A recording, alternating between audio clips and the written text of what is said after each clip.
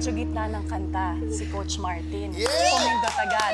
And right at the end, sabay si Coach KZ and si Coach Bamboo. Congratulations! Good job. Hi, sweetheart! Hello po! Ano pangalan mo? I am Maria Faylin Marihan po. Anong ang paniniwala mo sa buhay? Para po sa akin, I believe po na wala pong imposible. Yes. Kung mangangarap ka, abutin mo po yung pangarap mo. Katulad ko po, isa po akong totally blind.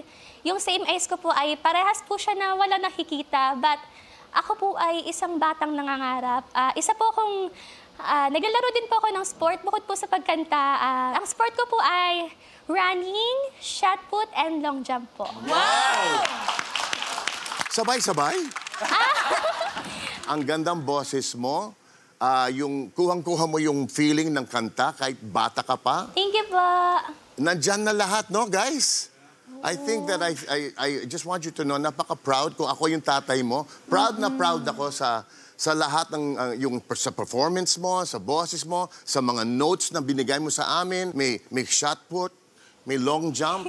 May running. At may running pa. Lahat na sa boses mo. And I'm so proud to be here in front of you, a potential coach for this beautiful person who probably sees more than all of us. Yes. In every song that you sing, you see the world in a different Thank you light. po. You see the world probably in a nicer way that we see it. So, maraming salamat. Thank you po.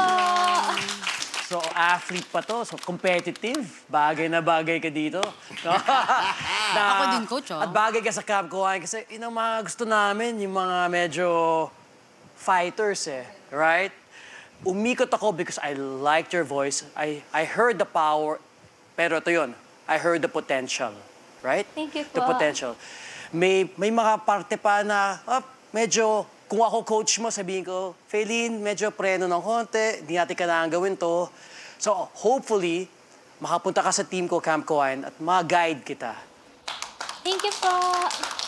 Sobra akong na-amaze kasi kanina nung nakatalikod kami, parang simula pa lang para kang nasa Broadway. No? Parang umiiyak siya. Narinig ko yung mga kaya mong gawin as a singer. And sabi nga ni Coach Bamboo, may mga parts lang na kailangan nating matutunan na pumreno. Pero yun nga, mas madaling magbawas kaysa magdagdag. So you already have the ingredients na kailangan para umabot ka sa pinaka-dulo ng competition na ito.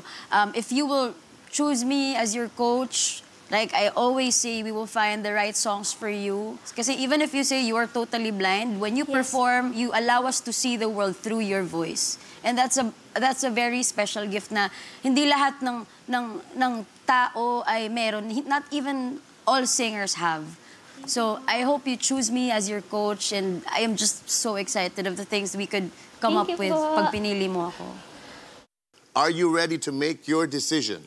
Camp Kawayan, Team Supreme, or Mar Team? It's up to you, my dear.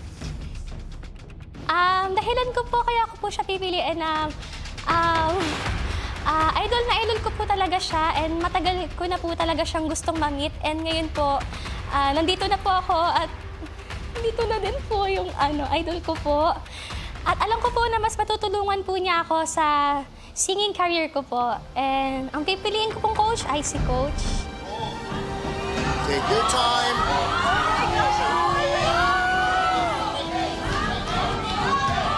Who's it gonna be?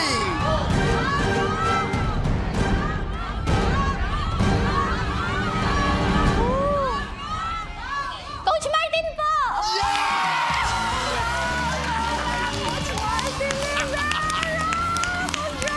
Thank you, Faylin. I'm going to give you a hoodie, okay? Thank you po. It's made of gold.